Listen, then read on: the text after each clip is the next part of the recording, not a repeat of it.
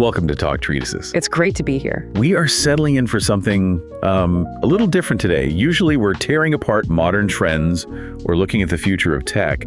But today we are putting on our tweed jackets, lighting a metaphorical pipe, and stepping into the parlor of high philosophy. A dinner party for the mind, if you will. Exactly. And we aren't just skimming the surface, we're tackling a titan. We're looking at a work published in 1912 by none other than Bertrand Russell. The book is titled The Problems of Philosophy. And it's a deceptive title in a way. It sounds like it's just going to be a list of complaints, but it's actually one of the most lucid, constructive attempts to define what we can actually, know. Right. We're talking about epistemology. Epistemology, the study of knowledge, truth, belief, the absolute limits of what a human being can understand. And we have to set the scene here. It's 1912. The world is on the brink of the Great War, though they don't know it yet. Physics is getting weird. Einstein is making waves. The old Newtonian certainties are starting to crack. That context is vital. I mean, it was a time of shifting paradigms everywhere. And Russell, in his preface, sets out a very specific mission for this text.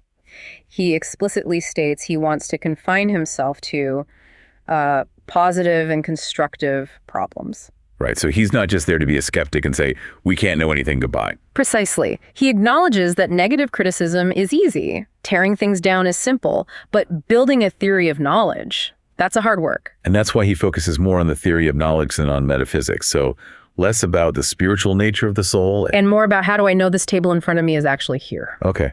And he does give a nod to some heavy hitters in the acknowledgments, right? Yeah. I saw G.E. Moore and J.M. Keynes mentioned. Yes. G.E. Moore for his work on sense data, which we will absolutely get into deeply, and Keynes for his work on probability and induction. You can really see the DNA of those thinkers all through this text. So let's get to the hook. The question that Russell drops right at the beginning, which honestly kind of kept me up last night, he asks, is there any knowledge in the world so certain that no reasonable man could doubt it? It sounds like such a simple question until you actually try to answer it. I tried. I was looking at my coffee mug this morning and I thought, well, I know this is here. But then after reading Russell, I wasn't so sure. We're going to take a journey today, aren't we? Moving from the incredibly mundane at table to the profound nature of reality. We are, and we have to start exactly where Russell starts, with that table. Okay, let's unpack this table. Russell is sitting in a room, presumably writing this book, and he looks at his table. To the common sense view, the man on the street view, this is easy. It's oblong, it's brown, it's shiny, it's hard. That's what we call the practical view, and it works. It suffices for daily life. But Russell asks us to look closer. He says, let's just take the color. You say it's brown. It looks brown. Yeah, but does it? I mean, really look at it. If you look at the part where the light is reflecting off it, it might look white and shiny. Okay, true. And if you move to the side, into the shadow, the shade of brown changes, right? It gets darker. Right. And if you turn the lights off, it has no color at all. And if you're colorblind, it might look gray. So Russell asks, which of these is the real color of the table? I guess none of them. Or maybe all of them. I don't know. Exactly. There is no single real color inherent in the table itself. The color is an interaction between the object, the light, and, the observer. The painter knows this instinctively. Oh, that's a great point he makes. Yeah, the painter has to unlearn the idea that the table is uniformly brown to actually paint the sensation of the light hitting it, the different patches of color. So the appearance is distinct from the reality. That is the first wedge we drive into our certainty. And it applies to texture, too. To the naked eye, the table is smooth. But what happens if you look at it under a microscope? It's all valleys and hills. Right. Roughness. Yeah. Not smooth at all. So which is the real table? The smooth one or the rough one? And if you got a stronger microscope, it would look different again. You'd just see atoms. And shape. This one really gets me. We say the table is rectangular, but from where I'm sitting, the far corners look closer together than the near corners. Looks more like a kite or a trapezoid. Perspective geometry, right? I have to mentally construct the rectangle. I don't actually see a rectangle. Which brings us to a crucial distinction Russell makes. We have to separate sense data from sensation. Okay, define those for us, because this is key. Sense data are the immediate things known in sensation. The patch of color you see, the specific sound of a rap on the wood, the feeling of hardness against your knuckles. The raw data. The raw data. Sensation is the experience of being aware of those things. So the patch of brown is a sense datum. My seeing of that brown is this sensation. Correct. And here is the skeptical problem. We are certain of the sense data. You cannot deny that you are seeing a patch of color. That experience is immediate. Right. I'm definitely having the experience. But the physical object, the real table, is an inference. It's a guess. We're guessing that there's a single persistent table out there that is causing all these different colors and shapes and textures. Yes. We infer the object from the data. But we never actually experience the object directly. We only ever experience our sense data. And if you ask science what the real table is, it's a collection of electric charges and empty space. A cloud of electric charges and wave motions, which is arguably just as strange as any metaphysical theory out there. It's certainly not the solid brown thing we think we know. So we've stripped away the certainty of the physical world. It's just a collection of inferences based on our private sensory experiences. This leads us straight to the heavyweights of doubt. We have to talk about Descartes. René Descartes, 1596 to 1650. He's really the grandfather of this kind of systematic doubt. He's the one who decided to doubt absolutely everything until he found something he couldn't possibly doubt. He imagined a deceitful demon. Right. A malingini. Yes. Imagine an all-powerful evil demon whose entire job is to deceive you. He makes you see a table, hear a fire crackling, feel warmth, but none of it is real. It's all a massive, perfect hallucination. An episode of Black Mirror, basically. Pretty much. And Descartes asked, is there anything this demon cannot trick me about? And the answer is the famous slogan, cogito, ergo sum. I think, therefore I am. Even if I'm being deceived about everything, I must exist in order to be deceived. If I am doubting, there must be a doubter. The act of thinking proves the existence of the thinker. But Russell adds a little nuance here, doesn't he? He says, I think, therefore I am, is actually assuming a bit too much. It's a subtle point, but it's a big one. He does. Russell argues that the idea of a permanent single self that persists through time is also an inference. All we are truly, absolutely certain of is the immediate experience. So not I am seeing brown, but more like brown is being seen. Or just a thought is happening. To say I am thinking already assumes a persistent self that's doing the thinking, and we're not necessarily entitled to that assumption. That is a subtle but massive difference. We are certain of the sense data, the immediate thought, but not necessarily of a permanent soul or self that is doing the seeing. Exactly. But even if we grant that, we are stuck inside our own heads. We have these sense data, these thoughts, but how do we get back to the real world? How do we know matter even exists? This is where the idealists come in, specifically Bishop Berkeley. Bishop Berkeley, 1685 to 1753. This is the guy who famously argued that matter doesn't exist at all. Well, he argued that there is no such thing as matter in the sense of a non-mental substance that exists independently of a mind. His maxim was esse est percipi, which means to be is to be perceived. So if I leave the room and no one is looking at the table just disappears. It ceases to exist. In a crude sense, yes. If to exist is to be perceived, then what is unperceived does not exist. But Berkeley was a bishop. He had a brilliant workaround. Of course he did. He argued that the table and the entire universe continues to exist when we aren't looking because it is being perceived by God. Handy. Very. God is the permanent perceiver. So the real table is actually an idea in the mind of God. Your sense data are just God sort of sharing that idea with you. Russell, though. He doesn't seem to buy this. He respects the logic of the argument, but he dismantles it. He does. He points out a fundamental confusion in the word idea. Idealists, he says, confuse the act of thinking with the object of thought. Okay, unpack that. The act of apprehending a table is mental. It happens in your mind, it's a thought. But that doesn't mean the table itself is mental. It's like saying that because I am thinking about a star that's millions of light years away, the star is somehow inside my head. Precisely. The thought is in your head, not the star. Yeah. Russell argues we can be aware of things that are not themselves mental, and he brings in what I think is his most charming and effective argument against this kind of solipsism or idealism, the argument of the cat. I love the cat argument. It's so simple and so powerful. It is brilliant in its simplicity. Suppose the cat is just a collection of your sense data. You see the cat in one corner of the room, you look away for a minute. A moment later, you look back and see the cat in another corner of the room. Okay. If the cat is just sense data, it ceased to exist when I looked away and then just popped back into existence in a new spot when I looked back. Right. But it gets better. Suppose the cat was hungry when you first saw it. You look away for an hour. When you look back, the cat looks satisfied and is sleeping by an empty food bowl. Right. If the cat didn't exist while you weren't looking, how did it eat? How did a collection of non-existent sense data get hungry, find food, and then become full? So if we accept the idealist view, the cat's hunger becomes this weird, inexplicable miracle. There's no continuity. Exactly. Russell argues that while we can't logically prove the existence of an external physical world, it could all be a very coherent dream. The hypothesis of a physical world is the simpler hypothesis. It's the best explanation for the data. It explains the facts of our life better. It explains why the cat is full.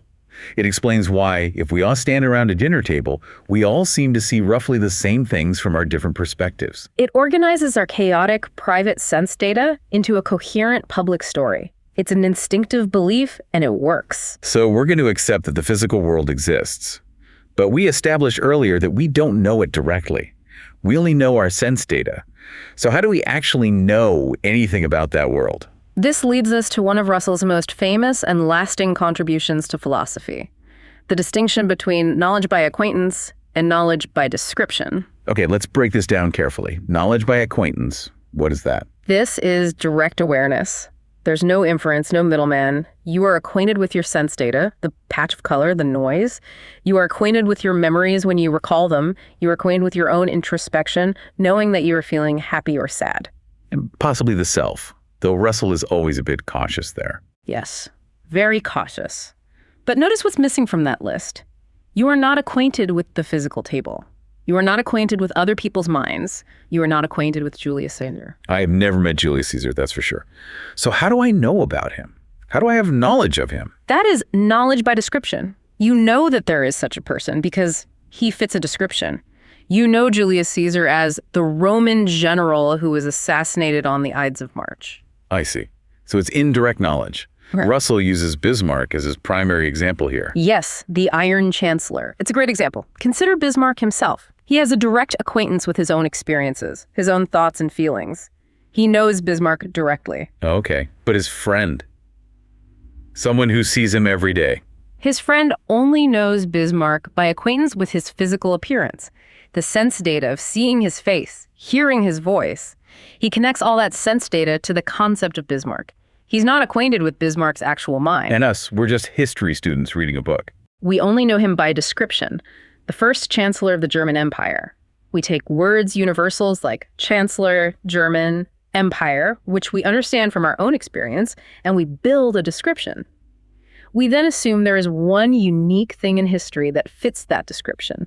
And the principle Russell lays down is that every proposition we can understand must be composed entirely of constituents with which we are acquainted. That is the absolute key. It's the bridge. Even the most complex historical fact or scientific theory ultimately has to be breakable down into bits of data we have personally experienced, universals we understand like red or north of, colors we have seen, relations we have grasped. If you can't trace it back to acquaintance, you can't truly understand it. So this whole mechanism of description is what lets us escape the prison of our own private minds. Exactly. Without knowledge by description, we would be completely trapped in our own immediate sensory experience. We couldn't know history, we couldn't know geography, we couldn't even really have knowledge of other minds.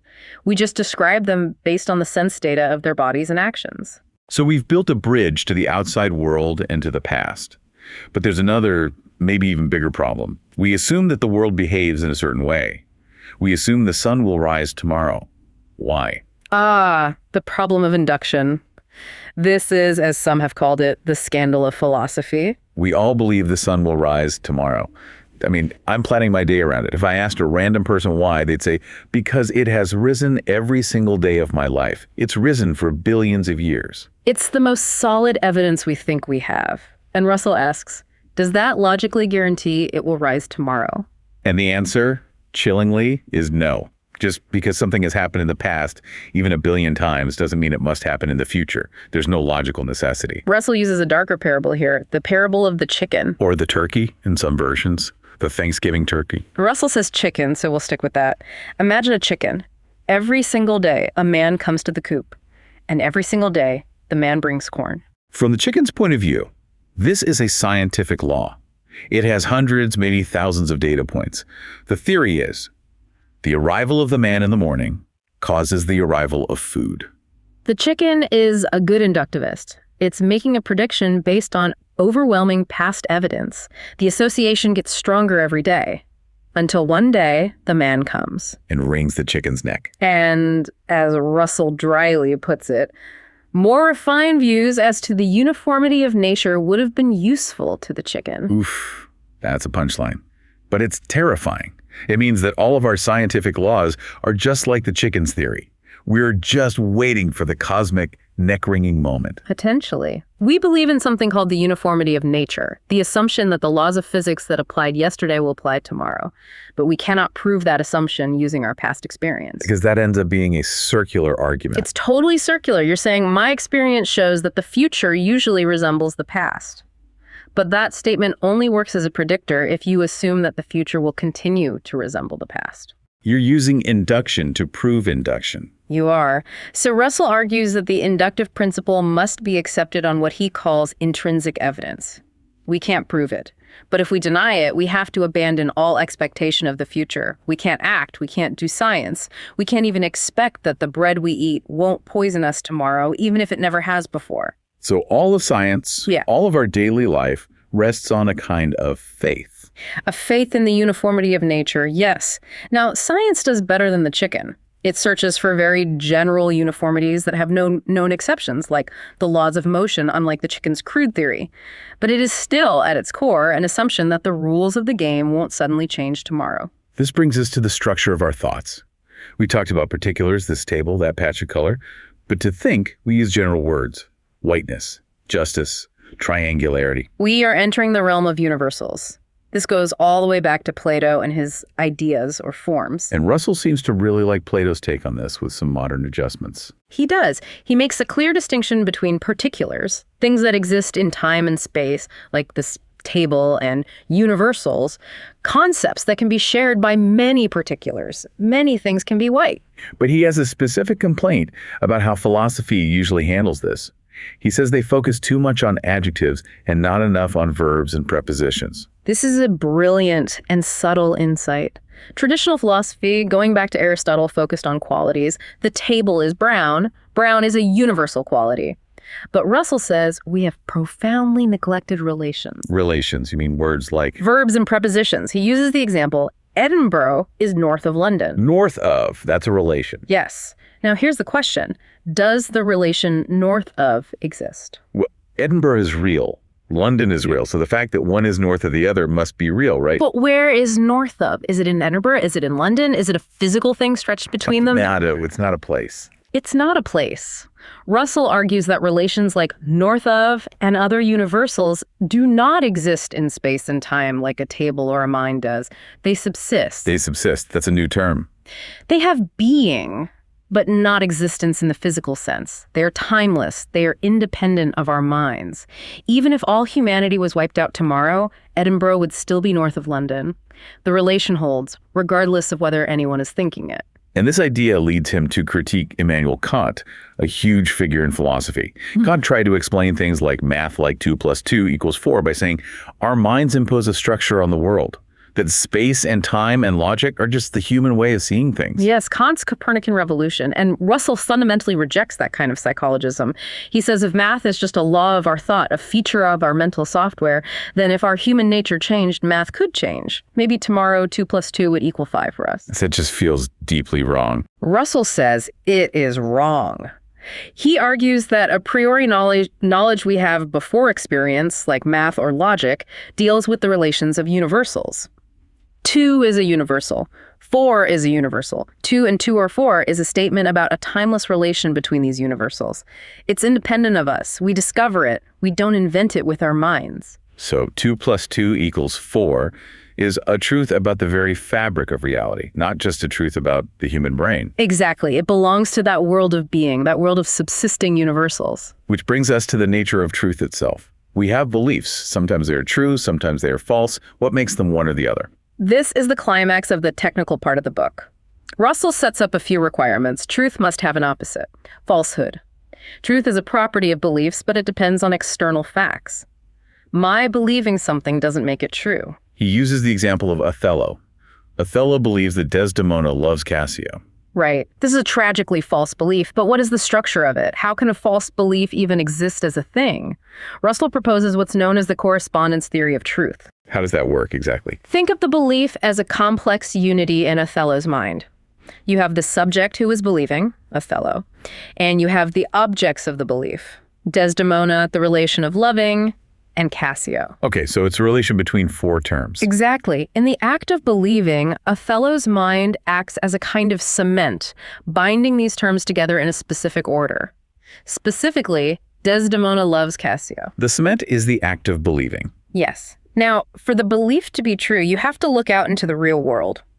Is there a corresponding complex unity in the world? Is there an actual fact out there where Desdemona and Cassio are cemented together by the relation of loving? No, because she doesn't love him. That fact doesn't exist. Precisely. The corresponding fact is missing, therefore the belief is false. If she did love him, the fact would exist in the world, the correspondence would hold, and Othello's belief would be true. So truth isn't about the internal feeling of certainty. Othello is very, very certain. Tragically certain, yes. But truth is about the structural match between the belief in the mind and the facts out there in the universe. Precisely. It connects the inner world of belief to the outer world of fact. A belief is false when it points to a fact that isn't there. We have covered so much ground here. I mean, we've doubted the table, we've questioned the sun, we have terrified the chicken, and we have dissected Othello's jealousy. But Russell ends the book on a completely different note. He asks, what is the value of all this? Why do this? This is my favorite part of the book. It's absolutely beautiful. He addresses the practical man. Right, the guy who says, philosophy bakes no bread. It doesn't build bridges or cure diseases. It's useless. And Russell admits this. He says, yes, if you're only looking for material goods, for things that benefit the body, then philosophy is useless. Its value is for the mind. He talks about the instinctive man. Who is that? The instinctive man is all of us in our default state. He's shut up within his private interests, his family, his job, his immediate circle, his enemies. Russell describes it like being in a garrison in a beleaguered fortress. You're constantly fighting to protect what is yours, your little circle of interests, knowing that eventually the walls will fall and you will be defeated. That is a stressful way to live. He calls it feverish and confined. Russell argues that philosophy is the escape hatch. It's what creates the citizen of the universe. How does it do that? By contemplating the not-self. When you think about the vastness of the universe, the nature of time, the strange world of universals, the infinity of numbers, you are thinking about things that have absolutely nothing to do with your private worries. You stop worrying about your commute or your office politics when you're contemplating the timelessness of 2 + 2 = 4. You enlarge the self. By letting the mind contemplate the infinite, the mind itself acquires a kind of greatness. It becomes free from what he calls the tyranny of custom. The tyranny of custom. I love that phrase. It's the idea that things must be the way they are just because they've always been that way. And philosophy just constantly says, are you sure? Maybe not. It keeps alive the sense of wonder. And he says its uncertainty is its greatest strength. Once a field yields definite answers, it stops being philosophy and becomes a science. Like astronomy or psychology did. Philosophy lives in the questions. Philosophy is to be studied not for the sake of any definite answers, but rather for the sake of the questions themselves. Because these questions enlarge our conception of what is possible, enrich our intellectual imagination, and diminish the dogmatic assurance which closes the mind against speculation. That is beautiful. It moves from the dry, hard logic of the table to this almost spiritual union with the cosmos. It does. It validates the intellectual life not as a tool for profit or power, but as a way to be fully and truly human. Well, on that very inspiring note, we are going to pivot to our favorite segment. We've taken Russell's ideas and we have pushed them to their absolute breaking point. It is time for the Talk-Cretus's thought experiments. And the disclaimer. The following segment pitches outlandish but plausible philosophical thought experiments inspired by the work we've discussed. This is for entertainment and educational purposes only. Please do not try to feed the inductive chicken. Or wring its neck. Okay, experiment number 1 for you. The inductive turkey versus the stochastic saint. All right, I'm ready. Set the scene. Imagine a civilization on a distant planet.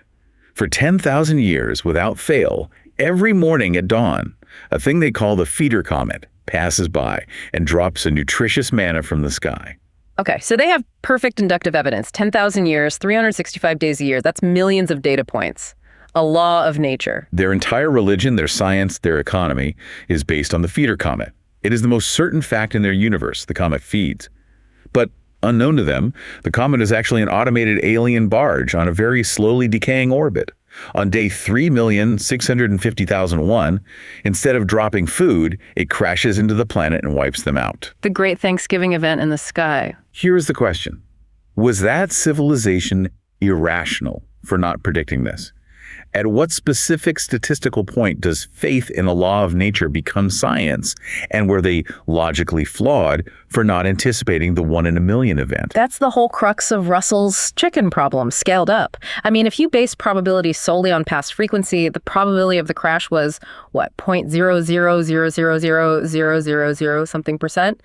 They were being perfectly scientific and rational to ignore it. But they died. Their rationality led to their extinction. And this is the terrifying part. Being rational doesn't mean being right. It just means using the evidence you have in the most logical way. Any stochastic saint in their society who preached doom and said the comet will fall would have been the irrational one, the crank. Even though he turned out to be right. He just guessed. They calculated. The universe just happened to break the pattern that one time. It's a profound reminder of the fragility of all scientific and inductive knowledge. We're all just turkeys doing math until the axe falls. That is deeply comforting. In a strange way, yes. It argues for a certain intellectual humility. Okay, experiment number 2. The fellow geometry. This is based on the correspondence theory of truth, I take it. Exactly. Imagine a dimension, or maybe it's a technology, where truth is a visible, physical, geometric structure. When you form a belief in your mind, your brain projects a shape into the air in front of you. Okay, so when Othello believes Desdemona loves Cassio, he projects a tetrahedron, a little pyramid with points representing himself, Desdemona, Cassio, and the relation of love. Right, it's floating there in front of him. Now, in this world, if the actual things in the world, the real Desdemona and the real Cassio, don't snap into that same shape. Because the relation of love isn't actually there to hold them in that configuration. The mental tetrahedron you projected physically collapses. It snaps back like a broken rubber band and smacks you in the forehead. A literal headache caused by falsehood. Exactly. Russell talks about the cement of belief holding the terms together. In this world, if the cement is bad, the building falls on you immediately. The question is, in a world with instant physical feedback for false beliefs, would people stop lying to themselves? Would self-deception be possible? Or would they just avoid forming strong beliefs at all? It would be too painful. It's a fascinating way to visualize the danger of error. In our world, false beliefs can be very comfortable for a long time. In the Othello geometry, every falsehood is an immediate physical pain. It would force a radical, maybe paralyzing adherence to evidence. All right, finally, experiment number 3. The Society of Struldbrugs. Ah, the Immortals from Jonathan Swift. Russell mentions them. Imagine a society of beings who are not only immortal but have perfect infinite memory. They have lived for 1 million years. They have seen 1 trillion red apples, 1 trillion red sunsets, 1 trillion drops of blood. They remember every single one. Okay, an infinite database of particulars. The question is, do they lose the concept of redness? That is a fantastic question. Russell argues that we abstract the universal redness because our minds are finite. We see many different red things and we notice the commonality, so we create a category. It's a mental shortcut, a compression algorithm. But if you remember every single specific red thing perfectly, do you need the universal? You don't need to say, pass me the red apple. You say, pass me apple number 4,005,002, the one that has the hue of sunset number 890,004. If you have infinite capacity for particulars, universals might become completely obsolete. They would seem like a crude, blurry tool. We use universals because we have finite minds and need to group things. So an immortal God mind might not understand philosophy at all. They wouldn't need to abstract concepts like justice or beauty or truth. They would just have an infinite list of just acts, beautiful things, and true statements. Or they would see it as a crutch for lesser beings, like us, who can't handle the sheer, uncategorized volume of reality. Philosophy might be a purely mortal enterprise. And on that very humbling thought, that our entire intellectual project might just be a coping mechanism for not being gods, we will wrap up. It has been a pleasure diving into the glorious uncertainty of it all. Question your tables, doubt the sun, and enlarge yourself. Thanks for listening to Talk Treatises.